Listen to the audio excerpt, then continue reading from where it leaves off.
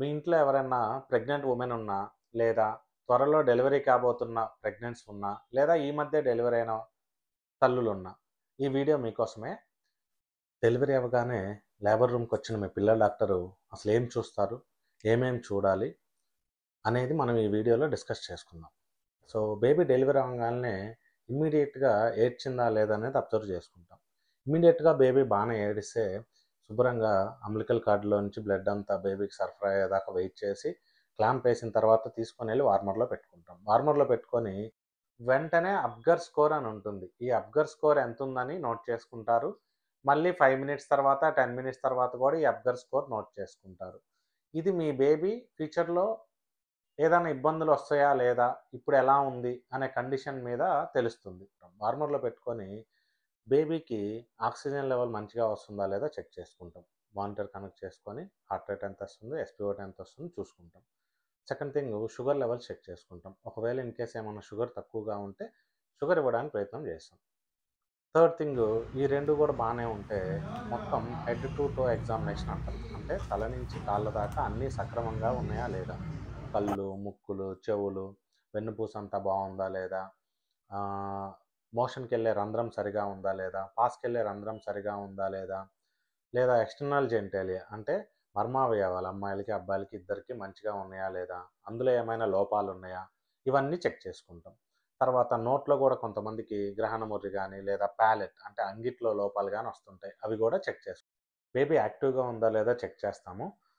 Routing and sucking reflex అంటారు, అంటే నోట్లో ఏళ్ళు పెడితే చీక్కుంటుందా లేదా చెక్ చేస్తాము. నెక్స్ట్ మోరస్ రిఫ్లెక్స్ అని ఉంటుంది, అంటే బేబీని తలవైపు ఎత్తుగా పెట్టి కిందకు వదిలేస్తే చేతులు రెండు బయటికి తీసి మళ్ళీ లోపలికి తీసుకుంటారు, ఏడుస్తారు. ఈ రిఫ్లెక్స్ సరిగా ఉందా లేదా చూస్తాం. నెక్స్ట్ క్రై అండ్ యాక్టివిటీ, అంటే బాగా ఏడుస్తుందా లేదా, కాళ్ళు చేతులు అన్నీ ముడుచుకోగలుగుతుందా లేదా, యాక్టివ్గా ఉందా లేదా, బ్రీతింగ్ బాగా తీసుకుంటుందో లేదా, ఏదైనా ఆయాసానికి సంబంధించిన లక్షణాలు వస్తున్నాయా లేదా అన్నది చెక్ చేసుకుంటాము. పిల్లల బొడ్డుకి క్లాంప్ వేసేది మరీ పొడుగ్గా వేయకూడదు, మరీ పొట్టిగా వేయకూడదు. పొడుగ్గా ఉంటేనేమో ఈ పొడుగ్గా ఉన్న పార్ట్ వెళ్ళి బేబీ మలము మూత్రంతో ఇన్ఫెక్ట్ అయ్యే అవకాశం ఉంటుంది. మరీ చిన్నగా ఉంటే ఒకవేళ బేబీకి ఏమైనా ఎమర్జెన్సీ అవసరం పడితే మనం అంబ్లికల్ లైన్ వేసుకోవడానికి, అంటే బొడ్డు నరాల్లో నుంచి లోపలికి గొట్టం వేసుకొని బ్లడ్ ట్రాన్స్ఫ్యూజన్ చేయాలన్నా, లేదా ఒక్కోసారి పిల్లలకి క్యాన్యులా ఎక్కువ రోజులు పెట్టుకోవాల్సిన అవసరం పడ్డప్పుడు అది ఇంజెక్షన్స్కి కానీ సెలైన్కి కానీ బొడ్డు తాడు ద్వారా వేస్తాం. సో బొడ్డు తాడు ద్వారా వేయాలి కాబట్టి ఆ స్టంప్ ఎంతో కొంత ఉండాలి, క్లీన్గా ఉంటే మనం వేసుకోవడానికి అవుతుంది. అందుకని మరీ చిన్నదిగా వేయొద్దు, మరీ పెద్దదిగా వేయొద్దు. ఆ బొడ్డు తాడులో 3 రకాల రక్తనాళాలు ఉండాలి. 2 సిరలు, ఒక ధమని ఉంటుంది. అది చెక్ చేస్తాం. చాలామంది కంప్లైంట్ చేస్తుంటారు, సార్ ఇదంతా మా బేబీకి తెల్లగా ఉంది, ఇదేం సరిగా క్లీన్ చేయలేదు, ఇదేమన్నా ఇబ్బందా, దీనివల్ల ఏమన్నా ఇన్ఫెక్షన్స్ వస్తాయా అని అడుగుతుంటారు. లేదండి, అది ఉండడం వల్లనే మీ పిల్లలకి ఇన్ఫెక్షన్స్ రాకుండా ఉంటుంది, మీ పిల్లలు చల్లగా అవ్వకుండా ఉంటారు, మీ పిల్లలు డీహైడ్రేట్ అవ్వకుండా ఉంటారు. సో దాని గురించి ఎక్కువగా కంగారు పడవద్దు. పిల్లల్లో చాలామందికి చిన్నది జిడ్డు జిడ్డుగా తెల్లగా ఒక పొరలా వస్తుంది. అది చాలామంది ఆయిల్ వేసేసి క్లీన్ చేస్తూ ఉంటారు. అలా చేయొద్దు.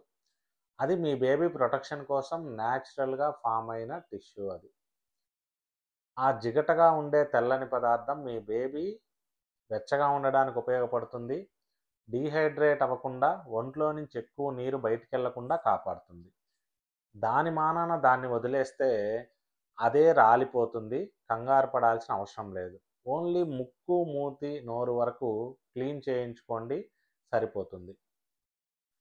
పిల్లల్ని ఆయిల్ వేసి ఫుల్గా రుద్దుతూ ఉంటారు, దయచేసి అలాంటివి ఏమీ చేయాల్సిన అవసరం లేదు. వాళ్ళ చర్మం చాలా మృదువుగా ఉంటుంది కాబట్టి ప్రకృతే దానికి ప్రొటెక్షన్గా ఆ తెల్లగా పొరలాంటిది ఇస్తుంది. అంతా బాగుందని డిసైడ్ చేసినాక అప్పుడు పుట్టినమ్మటే పిల్లలకి ఇచ్చే విటమిన్ కే ఇంజెక్షన్ని ఇస్తాం. ఇవన్నీ అయిపోయినాక బేబీకి అన్ని జాగ్రత్తలు చెప్పి పాలు ఎలా ఇవ్వాలి, భుజాన ఎలా వేసుకోవాలి, గుడ్డలు ఎలా కప్పుకోవాలి, ఈ జాగ్రత్తలన్నీ చెప్పి మదర్ సైడ్ ఇస్తాము.